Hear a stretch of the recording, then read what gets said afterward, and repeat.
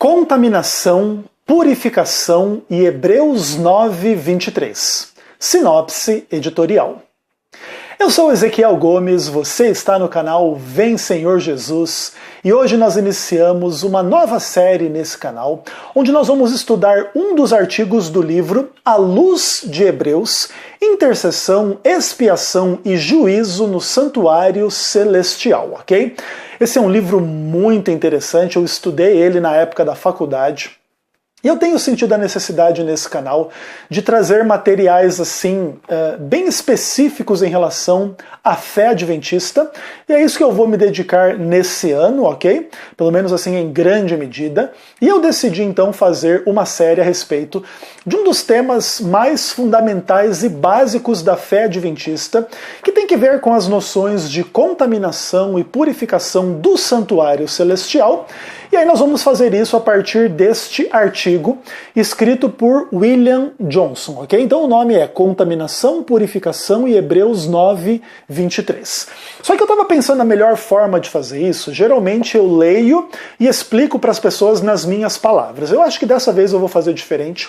Eu vou fazer uma leitura comentada do artigo por completo. Eu acho que isso pode ser interessante para cada um de vocês perceberem assim a argumentação do autor, e aí eu vou fazendo algumas considerações em cima.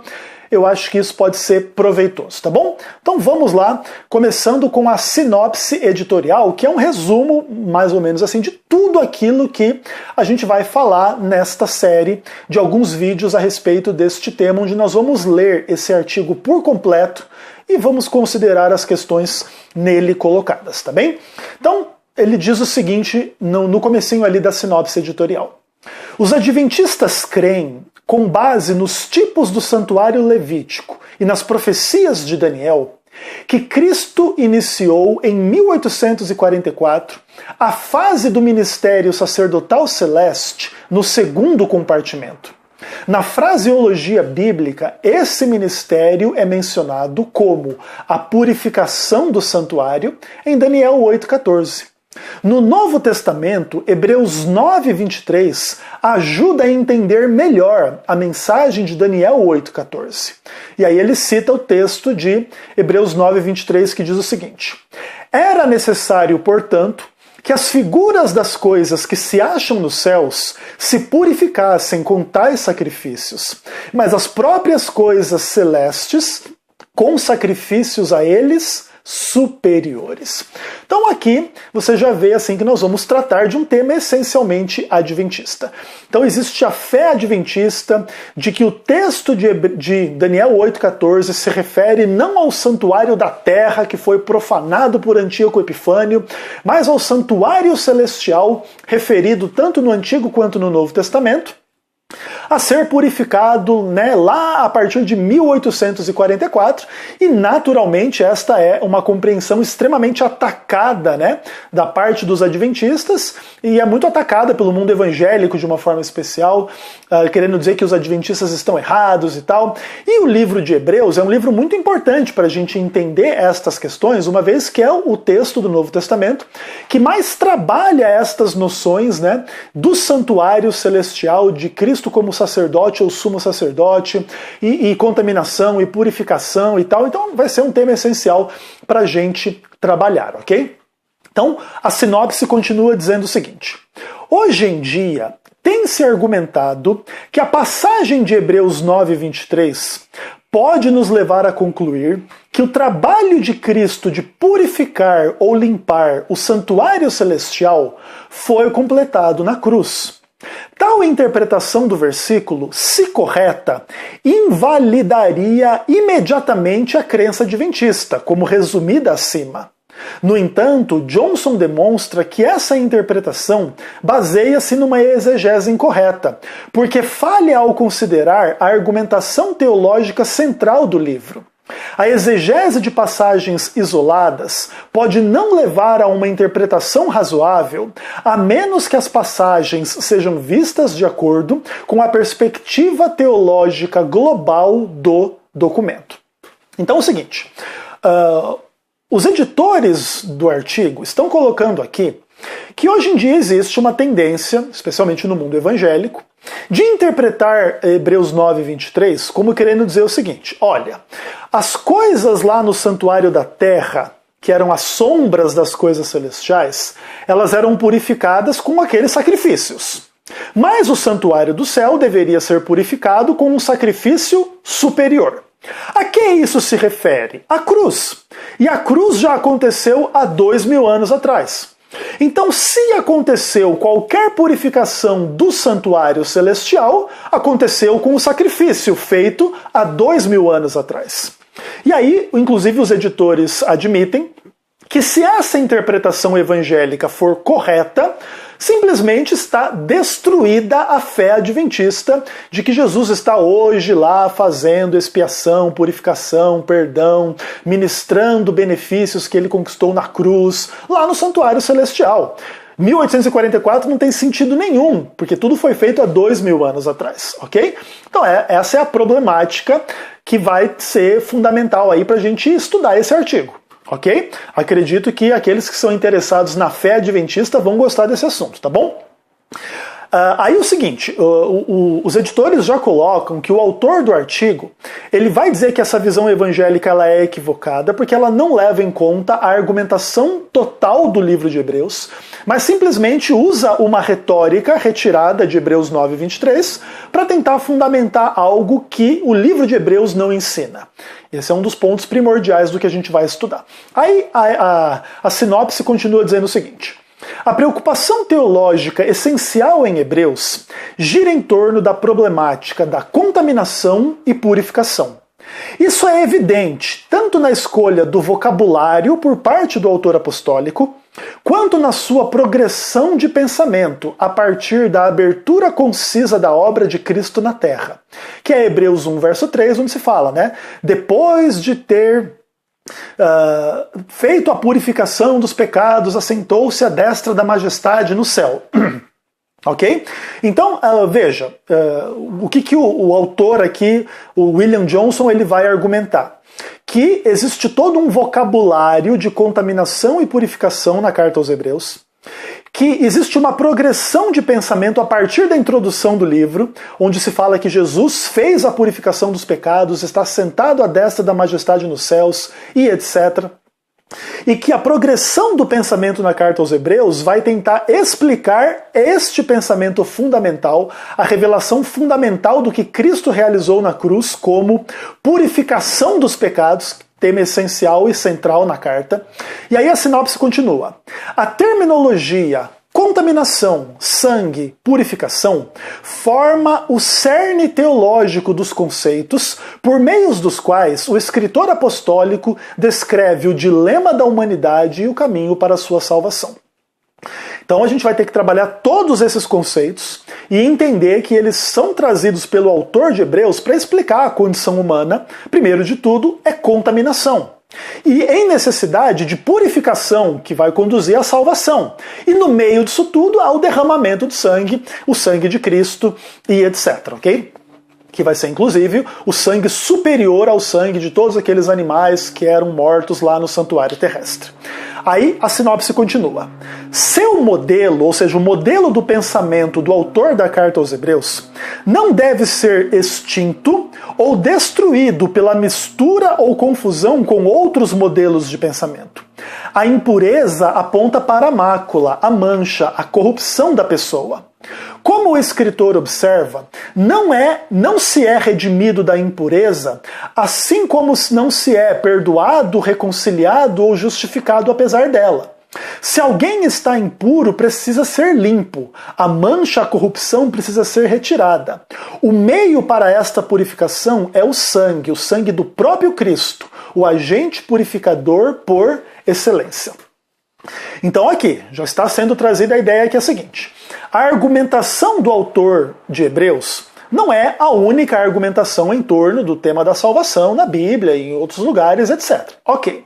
Mas não é por causa disso que esta forma do autor de Hebreus se expressar deva ser desconsiderada. Então, primeiro de tudo, ele vai trabalhar a questão da impureza. Então, a impureza é o nosso pecado, é a nossa situação. E a gente não é redimido da impureza, assim como não somos perdoados, reconciliados ou justificados, independentemente do que acontece com a impureza. Ou seja, a impureza precisa ser afastada. E o único meio de afastar a impureza é o sangue de Cristo. Ok? Essa é a argumentação aqui. Aí a sinopse continua. Embora as concepções da impureza humana e a necessidade de purificação pareçam ser reconhecidas universalmente, o autor apostólico traça suas concepções a partir do modelo do santuário, a contaminação, o sangue e a purificação. E desenvolve sua argumentação nesse contexto. Deus designou o ritual do santuário como uma ferramenta educativa, mas seus rituais repetitivos com sangue animal eram em si mesmos ineficazes para remover a impureza e a mancha do pecado moral. Desse modo, o foco da apresentação teológica de Hebreus 9 e 10 é o Calvário. As boas novas é que uma vez por todas se manifestou Cristo para aniquilar o pecado pelo sacrifício de si mesmo. Hebreus 9, 26. Por seu próprio sangue vertido, providenciou o meio para a purificação permanente. Então aqui os autores, os editores do artigo, eles vão dizer que essa questão que o ser humano é contaminado e precisa de purificação é uma intelecção fundamental e universal e que todas as culturas mantiveram e mais ou menos mantêm. Ok? Em termos religiosos, e você vê aí inúmeras religiões que tratam com essa noção de pecado e purificação. Entretanto, o autor da carta aos Hebreus trabalha no paradigma lá do santuário que Deus deu para Moisés, e toda aquela coisa do que era ali o conceito de contaminação, o meio da purificação que era o sangue, e o objetivo que era realmente limpar, expiar os pecados das pessoas. Entretanto, o autor aqui já traz que, dentro da visão cristã, todo aquele sistema do santuário terrestre era só uma parábola a ser repetida, um ensinamento, e que não era eficaz em termos de expiação e purificação moral dos pecados. Havia de existir um sacrifício superior aos sacrifícios de animais, que era o sacrifício de Cristo, que foi o que ele concedeu, que foi o que ele fez por nós na cruz do Calvário. Ele nos redimiu do pecado pelo sacrifício dele mesmo em pessoa. Então, aqui continua a sinopse. Tendo em vista o argumento teológico central, é evidente que Hebreus 9, 23 não declara que o santuário celestial foi purificado quando Cristo morreu no Calvário. A passagem reflete o assunto falado no início, de Cristo ter feito a purificação dos pecados. O tempo da purificação do santuário celestial não está em questão aqui, e sim a necessidade das coisas celestiais serem purificadas pelo sacrifício superior de Cristo. Esse fato é salientado visto que o escritor apostólico tinha em mente um presente ministério sacerdotal de Cristo, que lança mão dos méritos do seu sangue purificador em favor dos arrependidos diante de Deus. Então já se começa a responder a questão como um todo do dilema por detrás de Hebreus 9, 23, querendo dizer o seguinte. Ali se diz que sim, era necessário que as coisas celestiais fossem purificadas por sacrifícios mais excelentes do que aqueles oferecidos no santuário terrestre. Sim, isso é verdade. Mas o foco desse versículo acaba não sendo quando que a purificação acontece. Quando Jesus morre, quando a pessoa se arrepende do seu pecado e aquilo é aplicado em seu benefício, ali existe uma purificação no santuário. Então você vê que podem existir perspectivas diferentes a respeito de como que essa purificação é conduzida na prática. E é isso que os editores estão chamando a atenção aqui. Aí eles continuam. O ponto do livro de Hebreus é precisamente este. O grande sacrifício, Jesus, proveu o que todos os animais não podiam prover, uma solução para o problema do pecado, um sacrifício que é capaz de purificar decisivamente. Isso não diz respeito ao tempo quando o santuário celestial deve ser purificado. Além disso, a intenção do escritor apostólico Não é mostrar que o Calvário é o antitipo do dia do juízo, mas que o Calvário é o antitipo de todos os sacrifícios do Antigo Testamento. Somente o sangue superior de Cristo é capaz de prover a purificação genuína. Algumas pessoas tentam argumentar que porque Cristo morreu por nós não passaremos por nenhum julgamento diante de Deus, porque os nossos pecados já estão perdoados e etc. Então não tem nenhum sentido nós sermos julgados. Inclusive, esse é o fundamento maior da crítica à doutrina adventista do juízo investigativo, que é um dos temas que está relacionado com tudo aquilo que nós estamos discutindo nesse momento. O que os autores, os editores estão simplesmente argumentando aqui é que o livro de Hebreus unicamente está preocupado em dizer que agora existe um sacrifício que foi feito, que é o sacrifício verdadeiro, em contraposição aos ineficazes sacrifícios que tinham que ser infinitamente repetidos lá no santuário terrestre. E o ponto não é contrastar o sacrifício de Jesus com a necessidade de julgamento, mas o sacrifício de Jesus com todos os sacrifícios do Antigo Testamento. Então, quando Jesus morre, perde-se todo o sentido de você continuar fazendo sacrifício no templo com sangue de animais. Mas não se perde o sentido das pessoas serem julgadas mediante os seus pecados, ou a sua fé, e o seu arrependimento, e a sua conversão, e os frutos desta conversão em termos de obediência à lei de Deus, e etc. Tudo isso, em termos do julgamento, faz parte da noção do Novo Testamento, inclusive de que Jesus é esse sacerdote lá no santuário celestial, que nos purifica dos nossos pecados, e nos perdoa e etc. Então tudo isso faz sentido na mentalidade pós-cruz. Então a cruz não elimina a necessidade de julgamento e etc., como alguns pretendem ser. E aí, penúltimo parágrafo aqui. Um elemento temporal é introduzido à argumentação a esse respeito. Em um dado momento, o Calvário proveu a resposta única e toda suficiente para o pecado. Hebreus não determina o tempo para a purificação do santuário celestial e para o juízo investigativo. Embora essas duas concepções não sejam temas de Hebreus, afirmamos que a ideia básica dos pioneiros estava correta, e sua forma de interpretar Hebreus 9:23 é válida.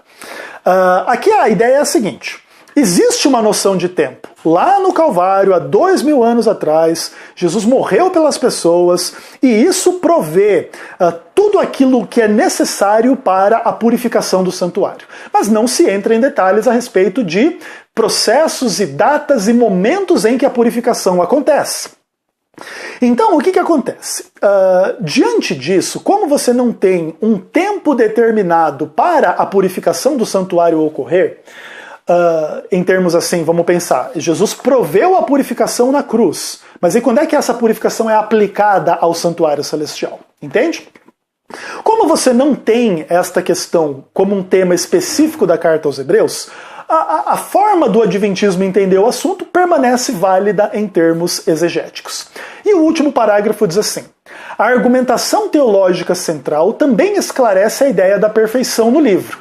Em Hebreus, o conceito não indica crescimento em caráter, nem um objetivo em direção do qual devamos nos esforçar. Pelo contrário, perfeição significa que o velho problema da impureza foi solucionado pelo sacrifício que provê a completa purificação, abrindo as portas até a presença de Deus e levando a cabo todos os outros sacrifícios e esforços humanos para encontrar a purificação.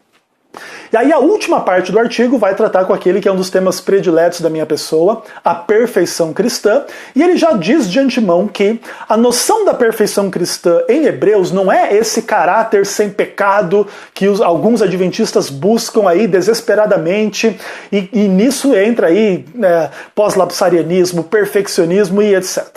Em Hebreus, a ideia de perfeição é: Jesus já morreu por mim, agora as portas estão abertas, ok? Então eu não vou atingir a perfeição por mim mesmo, porque eu vou me esforçar e eu vou encontrar a purificação do pecado e a perfeição de caráter e etc. Não, é pela fé no que Cristo realizou que está a perfeição do cristão. Então, essa é a sinopse de tudo aquilo que nós vamos estudar nesta série. Vai ser, obviamente, uma série mais densa em termos de teologia, mas é isso ao que eu quero conduzir o meu público na internet, uma compreensão mais profunda, temas mais legais e mais interessantes. Eu acho que esses temas são todos muito legais e muito interessantes. Existe toda uma ampla polêmica em torno disso aqui. Isso aqui basicamente é o cerne do Adventismo do sétimo dia e nós vamos nos dedicar a estes temas nos próximos vídeos, tá bem? Um abraço, fiquem com Deus, até o próximo vídeo, se o Senhor quiser.